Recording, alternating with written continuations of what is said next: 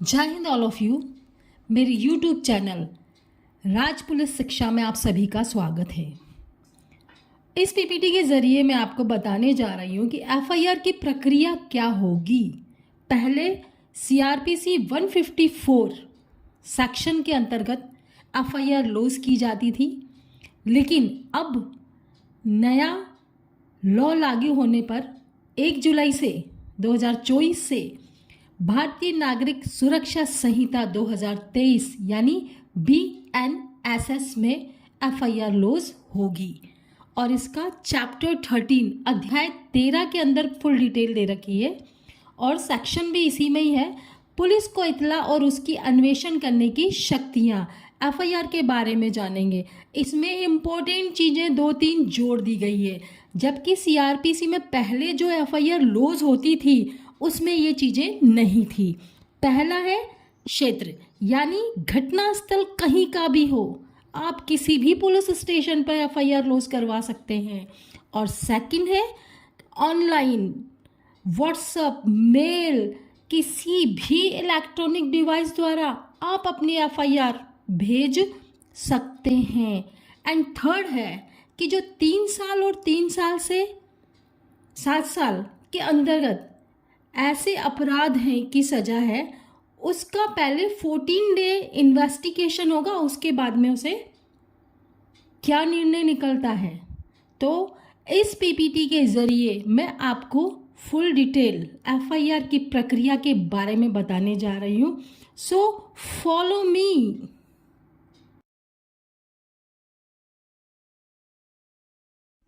BNSS का section 173 क्या कहता है कि संज्ञेय मामलों में इत्तला मीन कॉग्निजेबल ऑफेंस यदि हो जाता है तो उसकी इंफॉर्मेशन मीन एफआईआर। तो इसका सब क्लोज 1 कहता है कि संज्ञेय मामलों के किए जाने से संबंधित प्रत्येक इत्तला उस क्षेत्र पर विचार किए बिना जहां अपराध किया गया है मौखिक रूप से या इलेक्ट्रॉनिक सूचना द्वारा पुलिस थाने के भार साधक अधिकारी को दी जा सकेगी।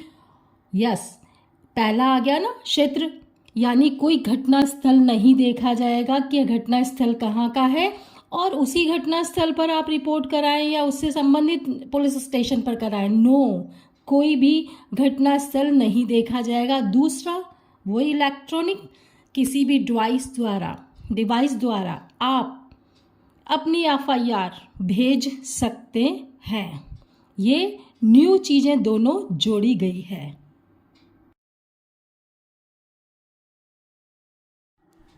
सेक्शन 173 के सब क्लोज 1 का 1 है कि मौखिक रूप से दी गई है तो उसके द्वारा या उसके निर्देशों के अधीन लेखबद्ध कर ली जाएगी और इत्तला देने वाले को पढ़कर सुनाई जाएगी। और प्रत्येक ऐसे इत्तला पर इंफॉर्मेशन पर, चाहे वह लिखित हो, रिटर्न में हो के रूप में दी गई हो या पूर्वोक्त रूप में लेखबद्ध की गई हो, उस व्यक्ति द्वारा हस्ताक्षर किए जाएंगे उस एफआईआर पर।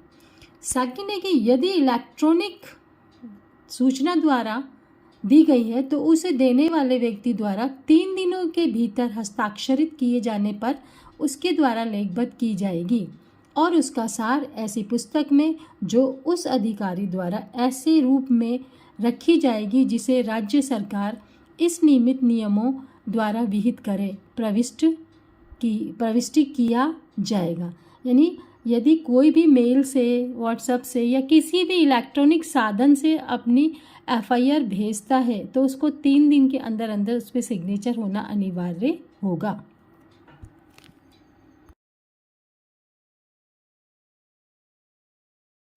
परंतु यदि इत्तला ऐसी महिला द्वारा दी गई है जिसके खिलाफ BNS 2023 की धारा 64, 65, 66, 67, 68, 69, 70, 74, 75, 76, 77, 78, 79 एंड 124 के अधीन किसी अपराध के किए जाने या किए जाने के प्रयास का अभिकथन किया गया है तो ऐसी इत्तला ऐसी इंफॉर्मेशन के लिए किसी पुलिस महिला अधिकारी या किसी महिला अधिकारी द्वारा ही लेखबद्ध की जाएगी, यानी दर्ज की जाएगी। यदि कोई भी महिला एफआईआर इस सेक्शन के अंतर्गत देगी तो महिला अधिकारी ही उसे दर्ज करेगी। महिला द्वारा यदि पुलिस स्टेशन पर इस धारा के तहत कोई एफआईआर दी जाती है तो महिला अधिकारी ही इसे लॉस करेगी। तो कौन कौन सी धाराएं हैं जिसके तहत महिला अधिकारी को पावर है? धारा 64 बलात्संग से संबंधित, जो पूर्व में 376 में था। धारा 65 कुछ मामलों में बलात्कार के लिए दंड, आईपीसी की धारा 376 AB वाला है। फिर सेक्शन 66 पीड़िता की मृत्यु या लगातार विकृतिशील दशा कारित करने के लिए दंड वाला है, आईपीसी की धारा 176A है, जो पहले पूर्व में आईपीसी में था।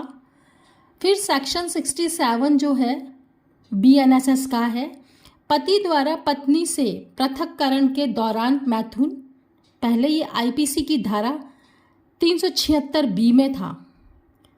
नेक्स्ट आ जाइए बीएनएसएस की धारा 68 प्राधिकार में किसी व्यक्ति द्वारा मैथुन, आईपीसी में पहले पूर्व में धारा 376C में था। फिर नेक्स्ट ये न्यू धारा अब जोड़ी गई है बीएनएसएस में, कौन सा? सेक्शन 69 प्रवचनापूर्ण साधनों आदि से नियोजक द्वारा मैथुन, ये न्यू है, यानी कि शादी का झांसा देना, और इसके बारे में बताया गया है। फिर है सेक्शन बीएनएसएस का सेक्शन 70 सामूहिक बलात्कार के लिए दंड, जो आईपीसी में पहले था 376D के अंदर। फिर सेक्शन 74 स्त्री की लज्जा भंग करने के आशय से हमला, ये सेक्शन 354 था आईपीसी का। फिर सेक्शन 75 लैंगिक उत्पीड़न और लैंगिक उत्पीड़न के लिए दंड, ये आईपीसी की धारा 354A में था। फिर सेक्शन 76 निवस्त्र करने के आशय से स्त्री पर हमला या आपराधिक बल का प्रयोग करना, ये पहले आईपीसी की धारा 354B के अंदर था। फिर आ गया बीएनएसएस की धारा 77 दृश्य रतिका, यानी चोरी छुपे देखना, ये आईपीसी की धारा 354C में था। फिर बीएनएसएस की धारा 78 में क्या लिखा है कि पीछा करना, फिजिकल फॉर्म में ही नहीं डिजिटल फॉर्म में भी, ये पहले आईपीसी की धारा 354D के अंदर है। उसके बाद में आ जाइए बीएनएसएस के सेक्शन 79 शब्द अंग विक्षेप या कार्य जो किसी स्त्री का अनादर करने के लिए आशयित है, ये पहले सेक्शन आईपीसी के सेक्शन 509 के अंतर्गत दिया गया है। और धारा 124 एसिड द्वारा स्वेच्छा घोर उपत्ति कारित करना, ये आईपीसी की धारा 326A के अंतर्गत था। ये महिलाओं से संबंधित जो भी अगर एफआईआर होगी तो सिर्फ महिला ऑफिसर ही इसे लेखबद्ध करेगी।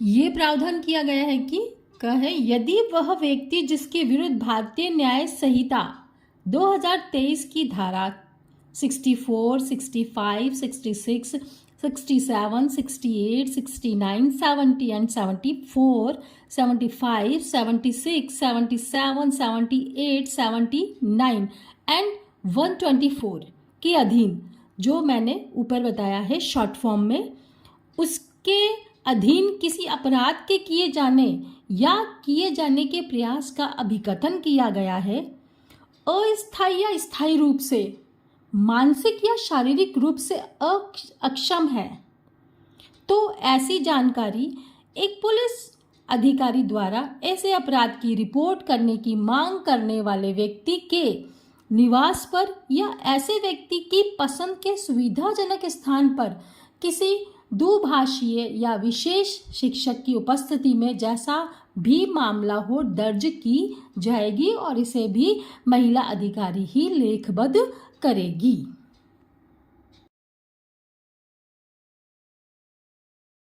ख है, ऐसी इत्तला के अभिलेखन की वीडियो फिल्म तैयार की जाएगी।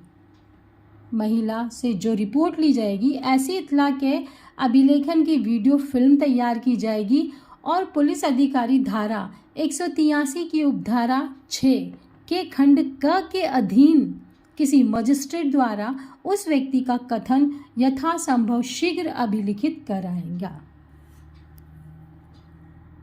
173 2 सब क्लोज 2 क्या कह रहा है कि उपधारा 1 के अधीन अभिलिखित इत्तला की प्रतिलिपि इत्तला देने वाले को तत्काल निःशुल्क दी जाएगी। पूर्व में भी धारा 154 सीआरपीसी में भी सब क्लोज 2 में यही था कि जो इंफॉर्मेशन दे रहा है, जो विक्टिम है, और उसे एक कॉपी एफआईआर की निःशुल्क फ्री में दी जाएगी। यानी 173 का सब क्लोज 2 ये कह रहा है कि फरियादी को, विक्टिम को एक कॉपी फ्री में दी जाएगी।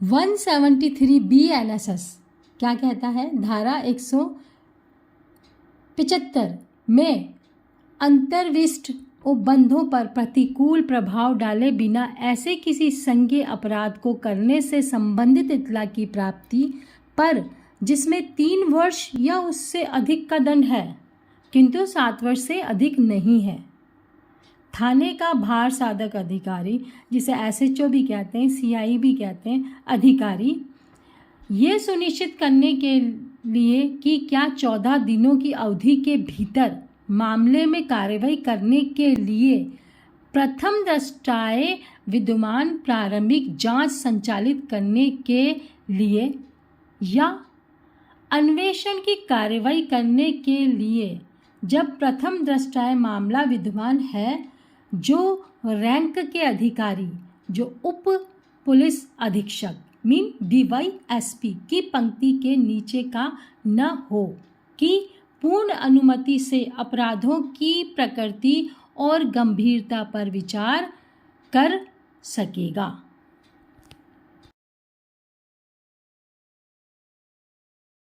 BNSS सेक्शन 173 सब क्लोज 4 क्या कहता है कि कोई व्यक्ति जो किसी पुलिस स्टेशन के भार साधक अधिकारी के उपधारा, भार साधक अधिकारी यानी एसएचओ सीआई के उपधारा 1 में निर्दिष्ट इत्तला को, यानी उपधारा 1 में क्या लिखा था कि कोई भी उसको सूचना देगा तो वो उसे लेखबंद करेगा, लेकिन इसमें क्या है कि अभिलिखित करने से इनकार करने से व्यथित है।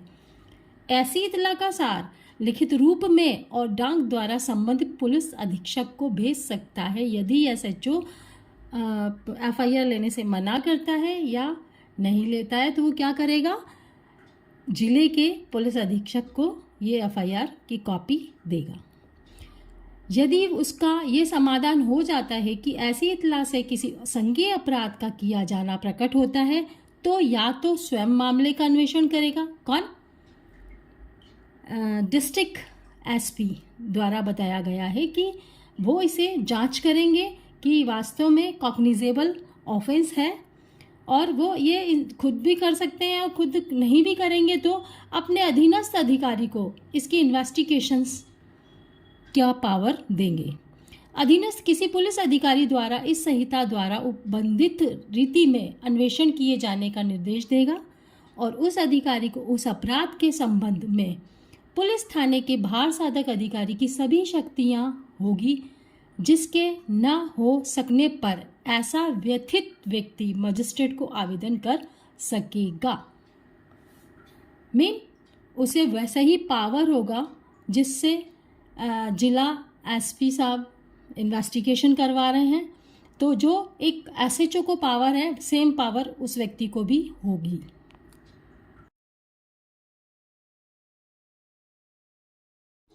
जय Hind again all of you. यदि आपको ये मेरी वीडियो पीपीटी अच्छी लगे तो प्लीज़ लाइक करें, शेयर करें एंड सब्सक्राइब करें ताकि मुझे भी अच्छा लगे आगे नेक्स्ट वीडियो बनाने में बहुत टाइम लगता है भाई, बहुत सोचना पड़ता है, टाइम भी लगता है। और पंखा बंद करके ताकि आवाज़ नहीं आए कहीं की, तो ऐसी गर्मी में मैं वीडियो बना रही हूँ, इसलिए प्लीज़